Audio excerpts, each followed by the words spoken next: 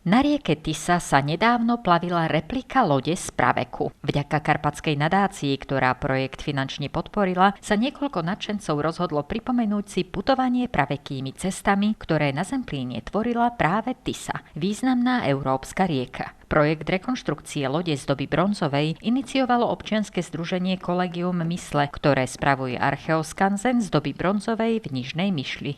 Potisie všeobecne v slovenskom praveku alebo v histórii zohrávalo veľmi dôležitú úlohu. Práve v dobe bronzovej to bola dôležitá komunikačná tepna, tá Tisa, tvorila cestu k tým kultúrnym novým nejakým know-how, ktoré prichádzali práve z juhu. A vďaka nej sa tu rozšírila kultúra tzv. Otomansko-Fuzešabonská. A práve Zemplín bol jedným z jej kryštalizačných jadier, kde sa táto kultúra vyvíjala.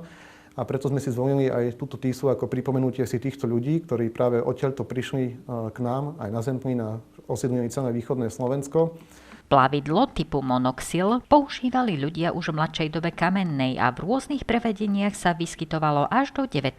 storočia. Je to plavidlo z jedného kusu dreva, teda z kmeňa stromu.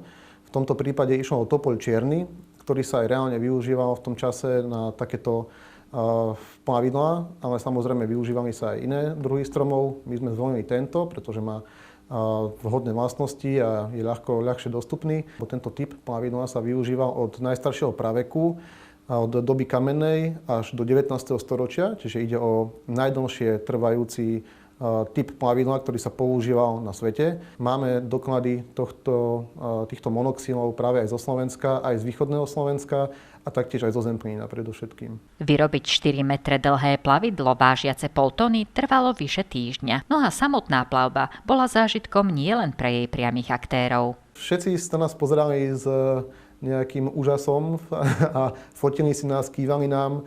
Dokonca sa pri nás zastavila pohraničná stráž maďarská a tí si nás sfotili a kamerovali a usmievali sa, kývali nám.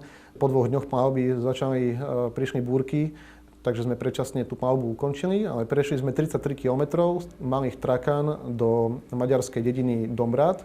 Tisa má pekné ostrovy, pieskové pláže, takže my sme sa častejšie aj niekde zastavili, dali si oddych, zaplávali si a oddychli. Minimálne pol dňa sme určite veslovali, tých 8 hodín sme mohli denne odpadlovať. Tok je pomalý tak, že sa zdá na niektorých miestach, ako keby išiel spätne. Skúšali sme veslovať teda aj proti prúdu a nebol v tom žiadny rozdiel. Čiže dalo sa aj v minulosti určite v obojsmerne splavovať túto rieku. Expedíciu pod vedením archeológa a za pomoci profesionálneho kajakára tvorilo 6 členov občianskeho združenia a dobrovoľníkov. Ľudia si našli čas a za to som rád, že sa zúčastnili toho projektu a že sme boli v takej dobrej atmosfére a v zložení, v akom sme nakoniec boli.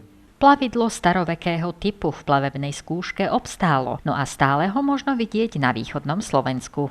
Archeoskanzen v Nižnej Myšli zodpovedá tomu vzhľadu krajiny alebo toho samotného náleziska v dobe bronzovej. K tomu patrí aj to múzeum. Samotná loď je umiestnená v priestoroch Archeoskanzenu, čiže je to teraz súčasťou expozície toho našeho skanzenu a je voľne prístupná, dá sa do nej sadnúť. Už v súčasnosti je to veľká atrakcia pre deti.